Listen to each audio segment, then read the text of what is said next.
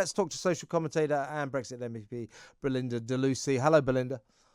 Well, hello, Kev. It sounds all a bit ridiculous, but it's clearly not enough that the kind of unelectable woke Stasi police our thoughts and speech and views. They're after our clothes and our food and the way we dance. They want to micro-regulate everything we do in such a puritanical way. It's like going back a few centuries when Oliver Cromwell was in power and cancelling Christmas in theatres. They're squeezing the fun and joy and creativity out of everything. And the idea that culture has to be pure and has to be exclusive, that no one else can touch, is actually quite reminiscent of the horrible fascism movements in the 1930s.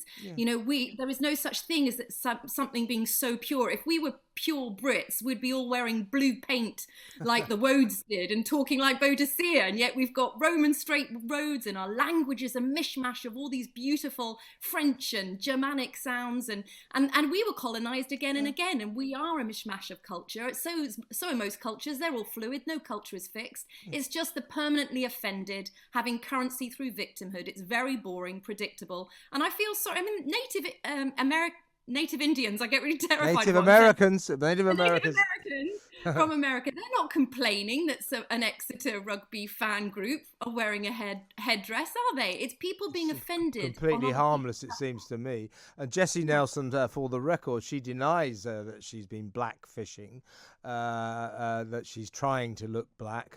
She says she just came back from Antigua and she happened to curl her hair. So she does deny it. But my contention, Belinda, is even if she didn't deny it, if she said, I am trying to look like a black person, why shouldn't she do that? What's wrong with that? That's not against the law. This is a free country. If I fancy looking like a black person, why can't I do that? Exactly. It's not done in a mocking way or a derogatory way. It's done because you like the look of someone's culture. And I'm not saying she did at all. In fact, 1 out of 4 of my daughters is very much tanned. Her natural colour is very much tanned compared to the other 3. And I use fake tan pretty much every week. And all this is getting I accuse you of blackfishing then.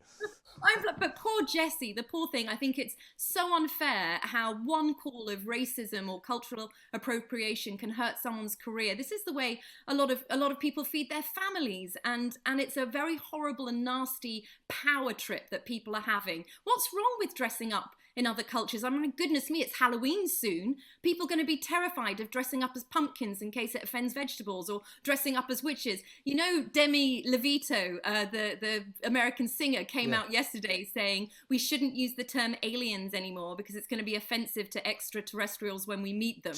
Oh, yeah.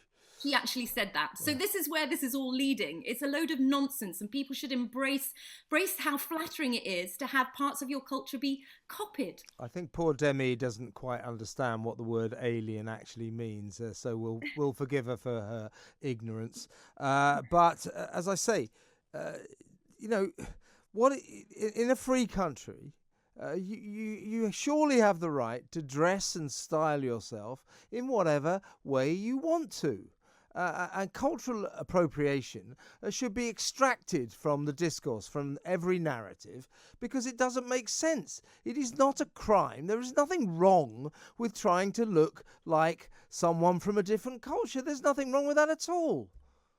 No, not at all. I mean, think about it. All the people over the years who have dressed or gone on holiday and come back and worn more beads in their hair or pretty lace from Italy, or it is actually, I think it's a form of bullying, to be honest, and this, as I said before, this purity in kind of, you have to have a pure culture and no one can touch it, is very dangerous territory. It has not worked out well in our history before, and think of things like ballet. Ballet is a very European, if you like, white dance. Imagine saying no one else can do ballet unless you're from the European culture. It's a horrific way to treat people. It is an othering of people. We should be including everyone in cultures from around the world.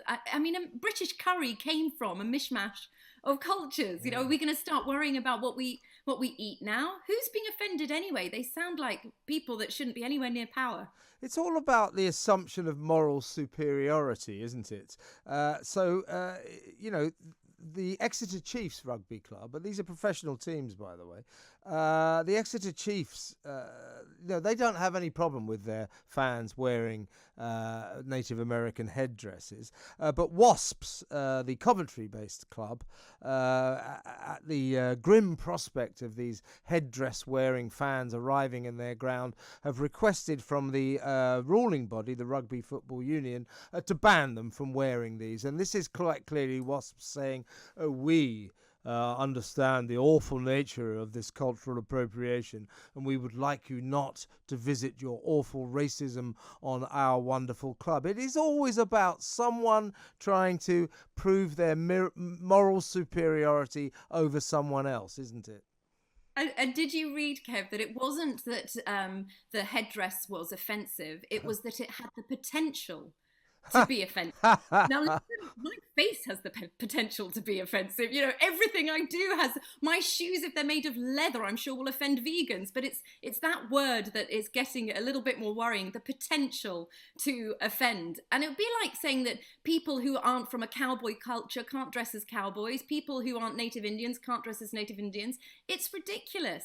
So I do think it's getting farcical. The problem is people's careers and this Twitter mob that jump on people for so-called cultural appropriation. It is bullying. Yeah. And I wish we had a government with a spine that stopped allowing the politicization of our public sector. We've had a Tory government for years and years. I can't even remember when there was a Labour government in the 90s.